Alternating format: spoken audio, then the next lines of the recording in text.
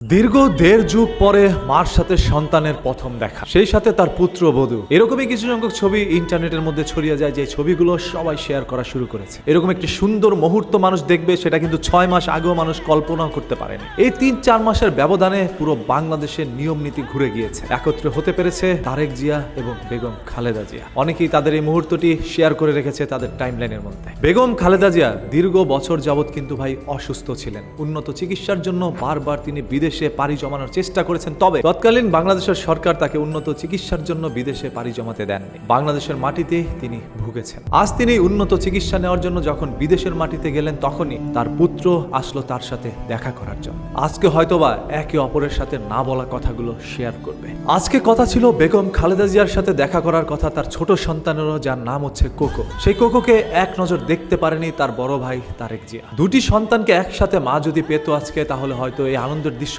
আরো সুন্দর হতে পারত। কি ঘটে গিয়েছিল তাদের সাথে এতগুলো বছর, এক এক করে বেরিয়ে আসছে সকল তথ্য। তবে সেই সকল তথ্যে যাওয়ার আগে আজকের এই মুহূর্তটি আপনাদের কাছে কেমন লেগেছে একটু কমেন্ট করে জানান। যদি ভালো লাগে অবশ্যই ভিডিওটি শেয়ার করে দিন এবং বেগম খালেদা জিয়ার জন্য দোয়া করবেন, যাতে করে খুব দ্রুত তিনি সুস্থ হয়ে দেশের মাটিতে আবারও পা রাখতে পারেন। তিনি আমাদের বাংলাদেশের সরকার হয়ে আসুক আর না আসুক, একজন মানুষ অসুস্থ, তার জন্য দোয়া করা আমাদের সবারই দায়ী। আজ যদি সাবেক সরকার আমাদের শেখ হাসিনাও যদি অসুস্থ হয়ে যায়, তার জন্য আপনারা দোয়া করতে পারেন। বাংলাদেশের বৃহত্তর দুটি রাজনৈতিক দলের মধ্যে একটি হচ্ছে আওয়ামী লীগ, একটি হচ্ছে বিএনপি। আজকের এই ভিডিওটি কোনো রাজনৈতিক ইস্যু নিয়ে নয়, আওয়ামী লীগ আর বিএনপি নিয়ে নয়। আজকের এই ভিডিওটি হচ্ছে ১.৫ যুগ পরে মার ছেলের দেখার সেই মুহূর্তটি আপনাদের কাছে কেমন লেগেছে সেটা জানার জন্য। কমেন্ট বক্স উন্মুক্ত আছে, একটু কমেন্ট করে জানান।